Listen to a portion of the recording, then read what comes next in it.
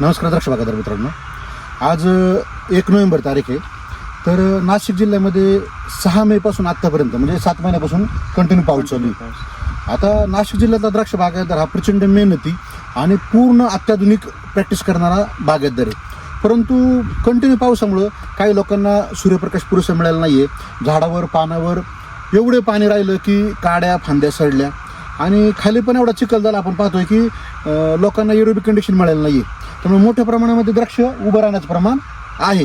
परंतु याही परिस्थितीमध्ये काही लोकांना चान्स मिळाला, काही लोकांना खरड छाटणीच्या कामाचं आणि ऑक्टोबर छाटणीच्या कामाचं यश मिळालं. परिणामी कमी लोक आहेत असे, परंतु जिथं चांगला माल आहे.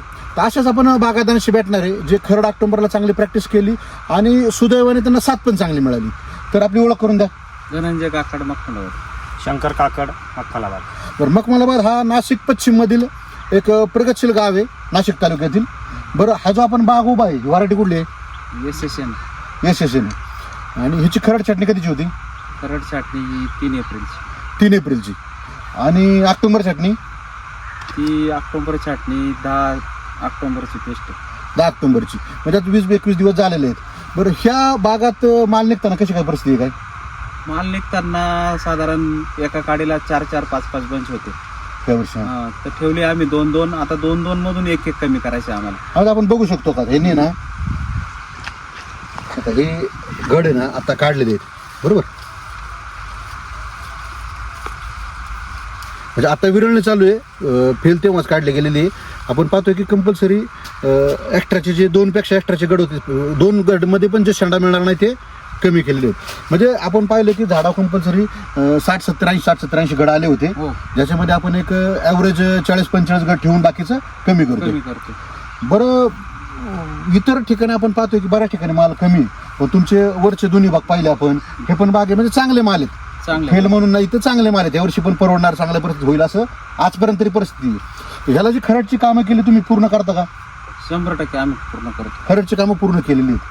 म्हणजे मित्रांनो, बघा, बुरशीनाशक, कीटकनाशक किंवा पान निरोगी ठेवण्यासाठी जास्तीच्या ज्ञानाप्रमाणे लोकांनी प्रत्येक काम केलेलंच आहे, बरोबर. पण इथं पण जे खरडचं रिकमेंडेशन आहे, ऑक्टोबरचं रिकमेंडेशन पूर्ण केलेलं आहे गाडासाठी आणि त्याला चांगलं यश मिळालेलं आहे. आणि ऑक्टोबरला पण आपण पूर्ण कामं केली. मग ही जी खरड ऑक्टोबरचे काम आहे ह्याला आपल्याला इतर पिकाप्रमाणे ह्या वर्षी पण तुम्हाला रिझल्ट मिळाले? 100% रिझल्ट. त्याचा काय माल निघण्यामध्ये तुम्हाला वाटतं का त्या कामाचा आपल्याला फायदा झाला नाही? याला आम्हाला दळवी साहेबांच्या नेतृत्वाखाली फार मोठा फरक पडलेला आहे. म्हणजे ह्या प्रतिकूल परिस्थितीत पण चांगला मान्य झाला. आता ही जी काकड फॅमिली आहे संपूर्ण गोपाळवाडीमध्ये असेल किंवा शंकरराव असेल, धनंजय असेल, यांच्यावर आपण मागच्या 21-22 वर्षापासून वेगवेगळ्या पिकात काम करतो. हे पूर्ण जीव ओतून शेती काम करतात. इतर जसे लोक करतात जीव ओतून, त्याच पद्धतीने त्याच कॉन्सन्ट्रेशन काम करतात. मित्रांनो, आपण त्यांचं यश पाहू शकतो की इथं पण माल पहा प्रत्यक्षात वर झाडा काडीवर यांनी आता 2-2 गट ठेवलेले आहेत, बाकीची विरळणी केलेली आहे. आणि आता पण करणार आहे, कारण माल जास्त व्हायला लागला. एक 50-55 पेक्षा जास्त गड व्हायला लागले.